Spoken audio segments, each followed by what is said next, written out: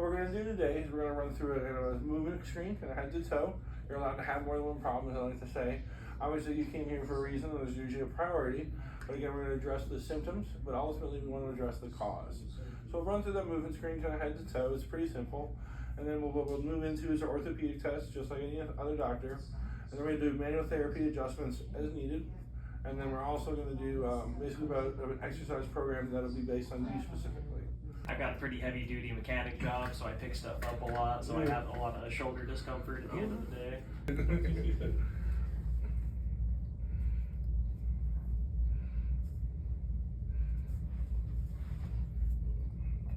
Big breath in, and all the way out. Oh, oh man. Yeah. There you go, you got a little more. Big breath in. Hold on. Hold on, 1 second, sorry. Have you ever been adjusted before? No, I've never been adjusted before. Well, that's your first adjustment.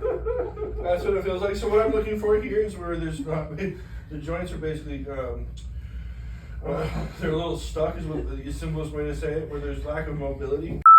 What I do is I'm basically create mobility within that joint. In this case, multiple segments of it. This one looks very, very common. As you know, the forward posture, the rounded shoulders we talk about, obviously opens up a lot with these ribs. So. All right, okay. Yeah, there you go. All right. Now we're going to move into some of the ART moves from the shoulder. And start with your thumb up, and you're going to punch and rotate the thumb down. Okay. Just like that. Yep, I'm going to make my contact, and go. Think of it like foam rolling. So what I'm looking to do is add an external change in force. So if you think about a tight rope, and I push the rope is going to be a little more tight, right? And you feel that tension. Well, inside the muscle, there's an organ called the Golgi tendon organ, or GTO. And so about 12 to 20 seconds, it responds, but I like to focus on exhales. So when I studied abroad in Taiwan, the big thing was focusing on exhale as you go through the therapy. So in this case, as I find the knot, by your third breath, you're going to feel it kind of release. Okay, there it goes. And again, the cues kind of are for you to focus on being exhaled, and also just let your head feel heavy. It's one of those things is it's hard to say relax, because the more you focus on relaxing, the harder it is. So the big thing I like to say is just let your head feel heavy. And as we move through some of the moves, kind of feel that tension. Now again, what I'm looking for as far as cervically is with these vertebrae is where is there a lack of movement?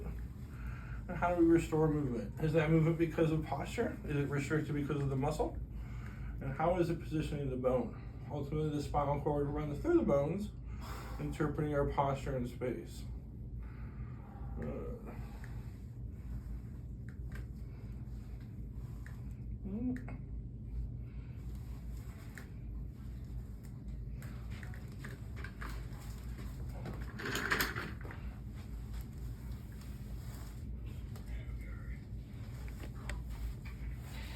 How you do is wiggle your toes. Ooh. Yeah. And there we go. And that's a cervical adjustment. Cool. What do you think about fascia?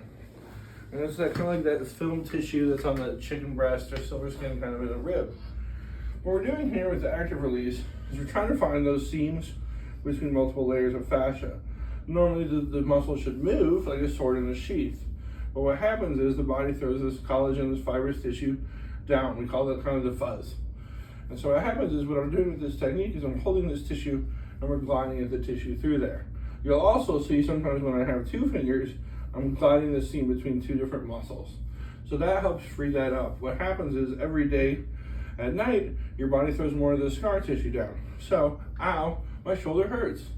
Well, what happens is I don't move it, I get more fuzz. So then the second day I wake up, ow, my shoulder still hurts. Now I have 2 days fuzz. 2 days fuzz is more than 1 day's fuzz. Now eventually I don't move it for a week. Now that's some more fuzz. What happens is the fuzz gets thicker and thicker and thicker. And so eventually I end up with a condition called frozen shoulder or adhesive capsulitis. In this case, it happens at a smaller level than some of the other shoulder joints. In that case, I was working on the teres minor muscle. Obviously a very common muscle that's common with the rotated shoulders forward. We'll see that's why it's a little tender, right? Yeah. So that's why the shears doesn't, is a little bit of a hurt so good, but that's the reason why is we're breaking up some of that scar tissue between the layers of the fascia.